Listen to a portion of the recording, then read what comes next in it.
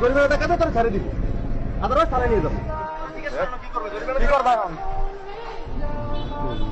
হ্যাঁ কি লেগে মাপ? তুই চালাও ফেলেন, মাপ কিসের আবার? জরিমানা দেওয়ার মধ্যে অ্যাবিলিটি আছে তোমার কাছে? পয়সা আছে? হ্যাঁ, এখন ভাইয়ের কাছে বলো কি করবে। না তোর মাপ নেই, এটা তো ইচ্ছা কি তোর? এটা তো ইচ্ছা কি তোর? ঠিকই আছে, তার খারাপ কি দরকার?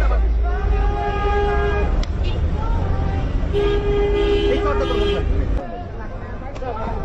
ভাই থাক, আর মারেন না, থাক ভাই, যান।